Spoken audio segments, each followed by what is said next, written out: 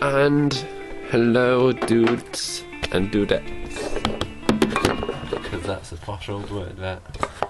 Today, I'm going to just be doing a little review.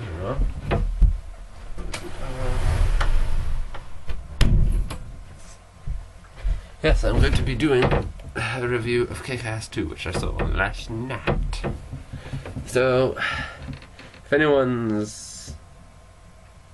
I mean, I watched the first one, loved it. It was really cool it was really cool idea, just how making an average guy become a superhero, basically.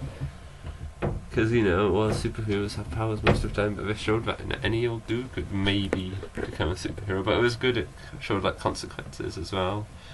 And it was this little girl who was killing everyone. It was just awesome. So, yeah, so I've watched the second one. So let's start with who, some of the cast. The most, you've still got Chloe Moretz, who's Mindy McCready. You got Aaron Johnson, who's the main good guy, the guy who started it. This whole thing, he's kick-ass basically. Jim Carrey, which I was really excited that he was in it. Who was Cologne on Stars and Stripes. I know the band he didn't want to promote it because of the stuff, which I'm thinking, well, if you knew what it was about, maybe he was just surprised about the amount of violence and stuff which was in it. But it's his opinion, so I don't really care that much. And of course you got people like the motherfucker. That's his evil name in this, the guy who does that. And it's basically, I think there's really cool characters in this. A lot of wacky characters. Jim Carrey, I should probably love in his role. It looked like he was enjoying himself. Chloe Moretz is, because she's grown up, I guess it's not quite the same as effect as a really, really small person, a slightly a younger person beating people up, but still had that hit girl feel, and all that. The only thing I had with some of it was a bit weird in this film how, what can I say, how they built up the romance of the first one with Dave, Aaron, the main kick-ass, and his girlfriend's second one. It just ends. You see it once or twice.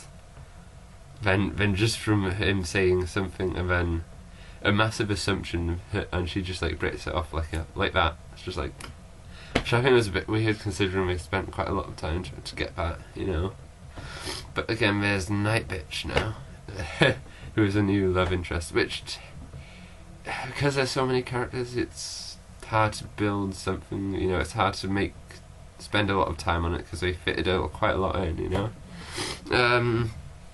But I really liked all the other less the other sort of superheroes and were cool. And so I like Mother Russia.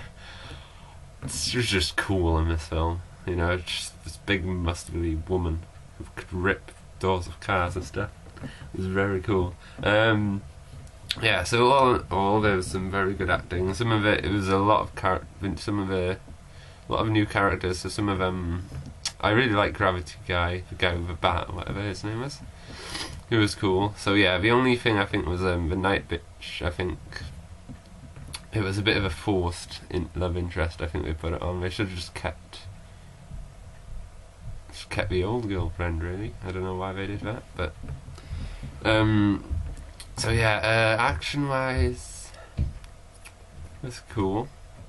Well, it was probably there was some some fight scenes which were pretty much on par with the old one. Maybe slightly less. Some of the fights were more. I think it was a bit more focused. Some of them are more hand to hand, so it was less blades and stuff. But it was still really really cool fighting scenes. I still enjoyed them a lot.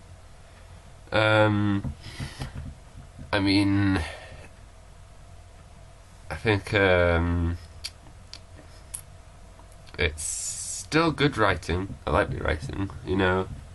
They still had that kind of kick-ass humour. I think, personally, they still had that kick-ass humour. You know, so yeah, good writing. And I really liked how they did the whole thing of Hit Girl dealing with high school. And it was this funny little side story of like her against all these bitches in high school, basically. You know, life lesson: be careful of people in high school. Get bitches.